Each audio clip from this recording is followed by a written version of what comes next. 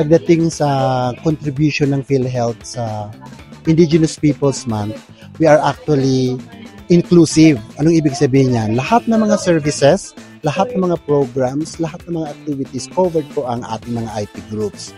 Now, why are we doing this particularly during the IP month? Because we would want to increase yung awareness nila.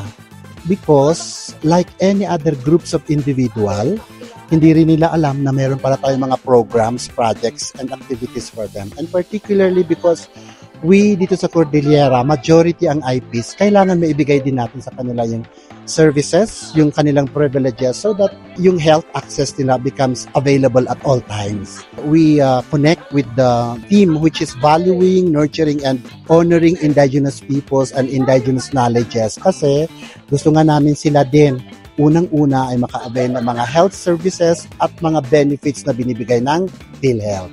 Ngayong Indigenous Peoples Month, we would want, particularly ang aming opisina, PhilHealth, and personal message ko din that we continue to provide services to all walks of life. And because today is IP month, we would want them to be aware na marami silang mga privileges, marami silang mga benefits na kailangan ma-avail nila. Number one, konsulta services. Maski wala silang nararamdamang sakit, bumisita sila sa kanilang mga accredited RHU or rural health units, doon sila mag-register at sila po ay ma-profile at titignan po sila, ikukonsulta po sila ng doktor.